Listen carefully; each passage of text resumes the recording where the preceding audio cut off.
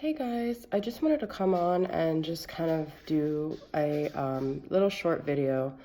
Um, I've been getting a lot of questions from friends about what twin flames are, and I know that my readings focus heavily. If you hear Velcro, it's because I'm taking my shoes off. My readings focus heavily on the twin flame journey, although I would like for people who don't resonate with it to still watch it because it just can pertain to any relationship dynamic, usually in separation. So every time a friend asks me what is a twin flame, it's like such a heavily loaded topic that I have a hard time explaining. And then the other night I finally got into it with my friend and I was like, shoot, I wish I would have recorded this because I really got into the flow of explaining it. So I'm going to try to explain it as well as I can. So I believe that all our relationships are mirrors and reflections of things inside of ourselves that we have to work on. And especially romantic, intimate relationships. Now, the twin flame journey is not a science. It's not like a scientifically proven thing. There's no way to test to see if someone's your twin. There's no zodiac correlations. There's no birthday. There's nothing you could actually do to really scientifically solidify whether someone's your twin. It's a journey that we can either choose to be on or not, or choose to resonate with or not. And if we do feel like it resonates, then we can seek out information regarding that to strengthen that belief system. And I really feel like everything is a belief system. So it's not about whether something is necessarily true or not. It's just something that we believe in. Okay. So going forward from there, if you decide that you feel like you have met your twin and you are on a twin flame journey, these are just some of the ways that I describe it. So like I said, every relationship is like a mirror for you. Your twin, if you think about it, a twin is someone who has the same soul as you. And that you didn't, so everyone has a different theory also about twin flames. It's not like you were conjoined and then you separated and it's like one soul into two. What I mean is that they are like the ultimate counterpart, the ultimate reflection of who you are. So when you're dealing in a twin flame journey, everything you're seeing in that person is a reflection of you. They hold up the mirror in the most intense, crazy way that you're forced to look at the darkest, most unconscious parts of yourself. Now, usually in a twin flame journey, there is an initial period of connection and then there's a separation and then there's the runner chaser dynamic. Okay. So what happens with that is that usually the divine feminine is the more awakened. She's more conscious of the connection. She's more sure of who this person is to her. And she's also more comfortable with the intimacy. The divine masculine is usually very unconsciously connected to her and not aware and not as courageous to face such an intense connection because men are naturally not as into emotional intimacy usually as women are. So the man will run and the woman will chase because that's naturally energetically what happens when someone runs from you and you want to be close to them. You chase after them to forge intimacy and to close the gap of space between you and someone. But as this person runs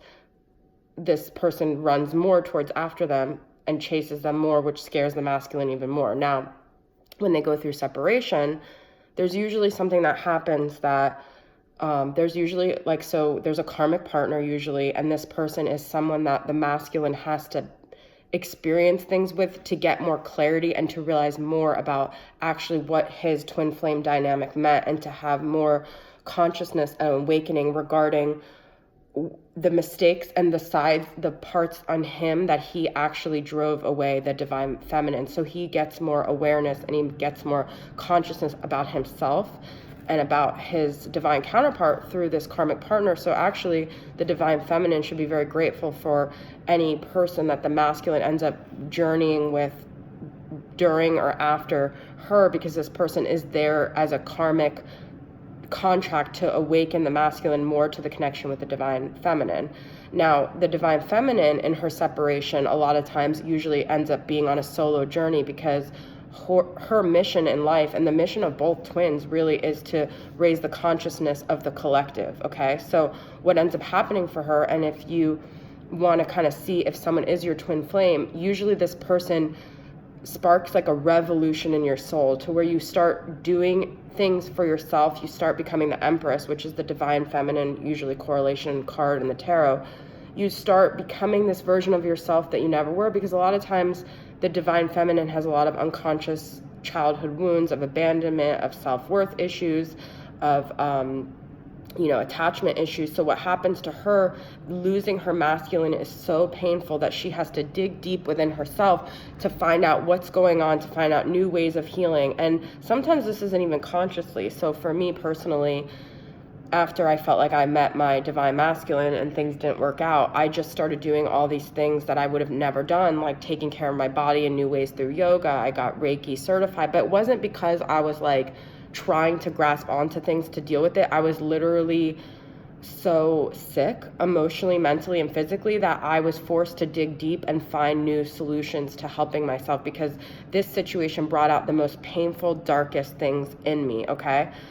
So that's another thing that happens, is usually the divine feminine ends up finding a lot of new ways to cope with her existence, but she also ends up being on a very solitary journey, and it's a lot about self-care. And the Empress is like the ultimate nurturer of herself, so she becomes,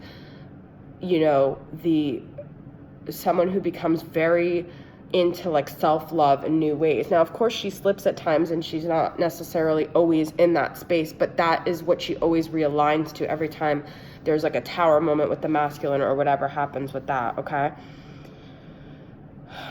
The other thing for me personally, I have a lot of 12th house placements. So for me with my divine masculine, it was something I never experienced before, where I felt like a lot of times my experiences with him were almost like a dream, lucid like state, where it was like almost like I was having nostalgia and past life recollections and like deja vu, and just this like hazy kind of experience with him where I was remembering pieces of myself that I didn't even remember from this lifetime. So that a lot of times this is someone you've journeyed through many lifetimes with, and your soul's contract was to meet them again and to become the most evolved version of yourself.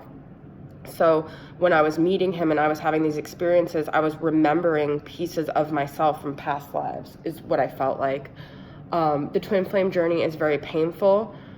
The other thing is that you're always energetically connected to your twin, and it's a mutual thing. So no matter what you guys do, no matter if you have other partners, no matter if you're over it, no matter if you move, no matter if you're in communication, not communication, you can always feel what their mood is. Like whether you've talked to them in 2 weeks, 3 months, 8 years, like you can tap into their energy. And it's very scary for the masculine, because a lot of times he's very not private but secretive, because his wounds are usually those of someone getting too close to him, someone knowing his dark side, someone really being so in tune to him, because he rejects unconditional love because he has self-worth issues that he cannot accept someone really truly loving him. So the feminine kind of invades that barrier and that boundary that he puts up, which makes him very uncomfortable. So he can feel that she's energetically connected to him a lot of times, and that makes him very uncomfortable, that he cannot run or hide because she always knows how he feels, which could be comforting for some, but it could also be very scary for others. Other things about we talk about 5D and 3D. So 5D is connecting in a non-physical way. So a lot of the twin flame journey too is about detachment from the physical needs of the physical world. So needing physical touch, needing to physically spend time with someone, needing to physically hear them, assert things, and to gain more in touch with your 5D realm. When we talk about 5D, it's the spiritual realm of dreams, energetically connecting, meditation, feeling okay despite what someone's physically giving you. So it's detaching from needs of having to have someone give you something and trusting more. A lot of the twin flame journey, I feel, for the feminine is not just the Empress, but it's the High Priestess, of her getting to a point where she trusts herself. Because another thing about the twin flame journey is, obviously some people will watch this video and say, you're fucking crazy. Like, you need help, you need to be on medication.